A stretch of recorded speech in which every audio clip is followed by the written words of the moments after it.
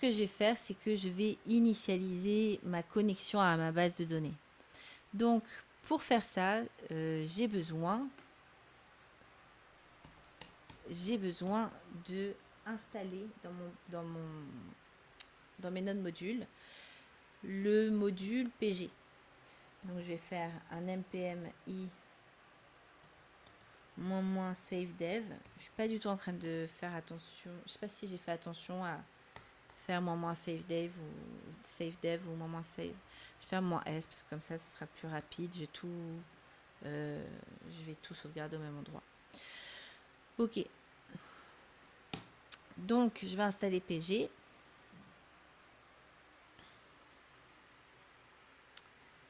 Pendant qu'il s'installe, je vais montrer comment on va l'utiliser. Ce qu'on va faire, c'est qu'on va récupérer de PG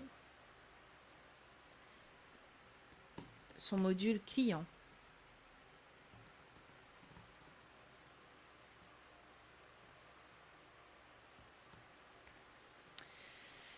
Et son module client, c'est ce qui va nous permettre de nous connecter à notre base de données.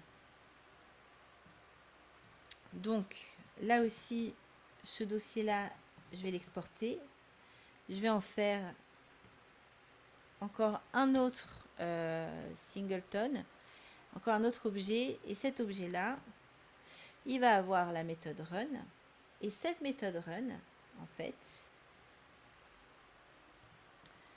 cette méthode run, son but, c'est qu'on lui envoie une requête SQL et que elle initialise une connexion à la base de données. Elle exécute la requête SQL.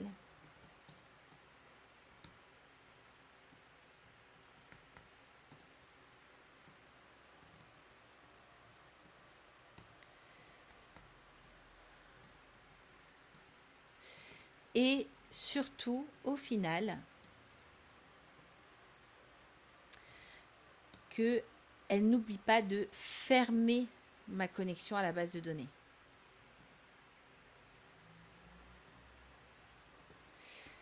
Fermer la connexion à la base de données.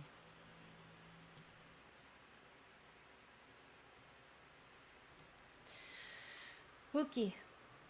Alors, pour pouvoir initialiser une connexion à une base de données, il va falloir déjà décrire cette connexion. Donc en fait, pour de vrai, ça c'est plutôt une step 2, une step 3, et ça c'est une step 4. Et la véritable step 1, en fait, c'est de configurer un client de connexion à ma base de données. Ce client de connexion à ma base de données, on va le configurer comme tel. On va dire que mon client, c'est un new client.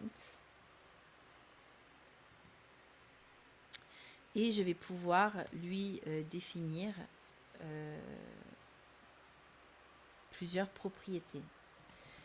Donc, ce client, il a une propriété host pour savoir à quoi se connecter.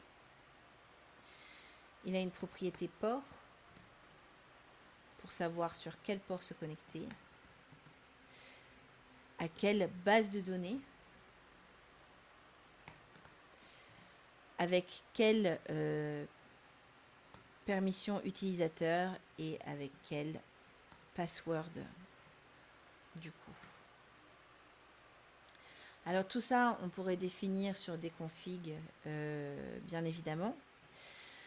Mais en fait, de façon générale, on n'a pas toujours, on pourrait juste écrire new client et ne pas avoir besoin de rentrer cette configuration-là.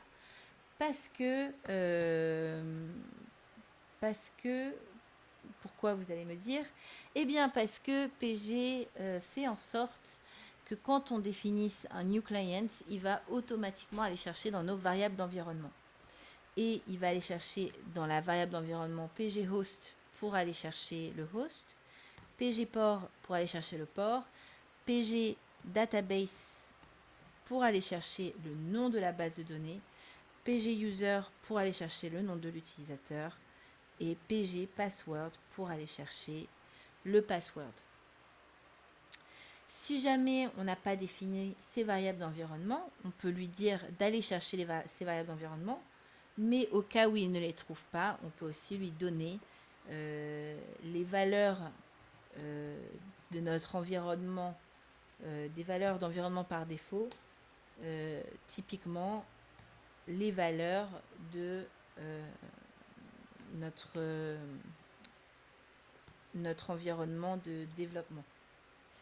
On ne met jamais par défaut des valeurs d'environnement de prod parce qu'on sait que ce code-là va terminer sur GitHub et que si jamais, au malheur, on met nos valeurs de user, de password, etc., ça terminera sur GitHub et c'est pas du tout safe.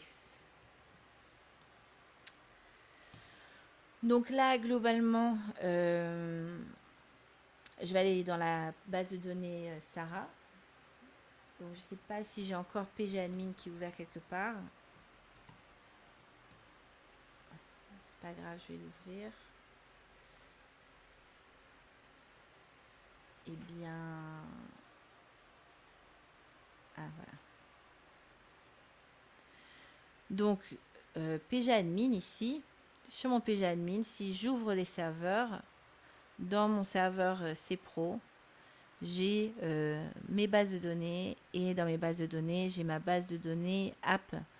Ma base de données app, c'est celle que je vais utiliser. C'est celle où tout à l'heure, j'avais fait mon schéma user ici. Donc, c'est ça qu'on va utiliser, ce qui a été défini dans la vidéo 1. Donc, ça, c'est ce qui va nous permettre de configurer un client de connexion à la base de données. Maintenant que le client de connexion à la base de données a été configuré, ce qu'on va faire, c'est que la deuxième étape, ça va être que notre méthode de run sur notre base de données nous permette de nous connecter à notre base de données. Et donc ça va être simple, ça va être la fonction client.connect. Mais alors, cette fonction client.connect, en fait, c'est une promesse.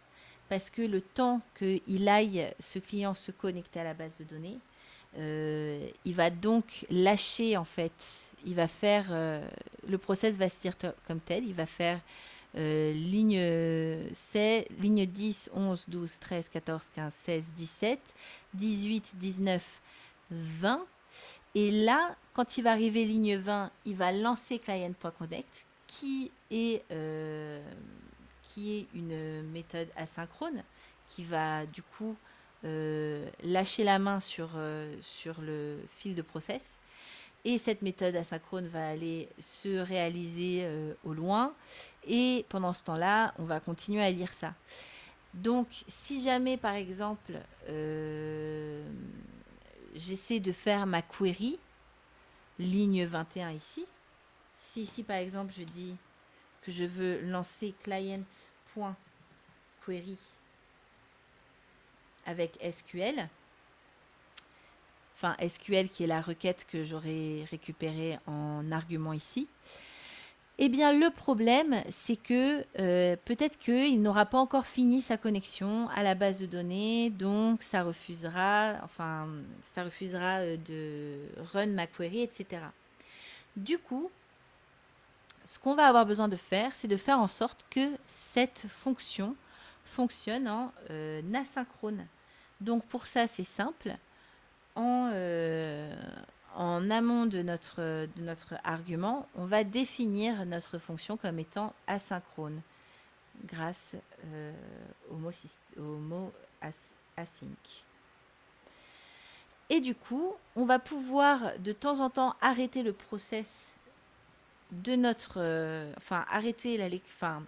mettre en pause notre process pour lui dire d'attendre le retour d'une promesse. Donc là, le client.connect va lancer la promesse de se connecter à la base de données. Et ligne 20, notre process va attendre que cette connexion soit finalisée, soit terminée, soit sûre, avant d'arriver jusqu'à la ligne 21. Et du coup, grâce à ma fonction asynchrone, je vais pouvoir utiliser cette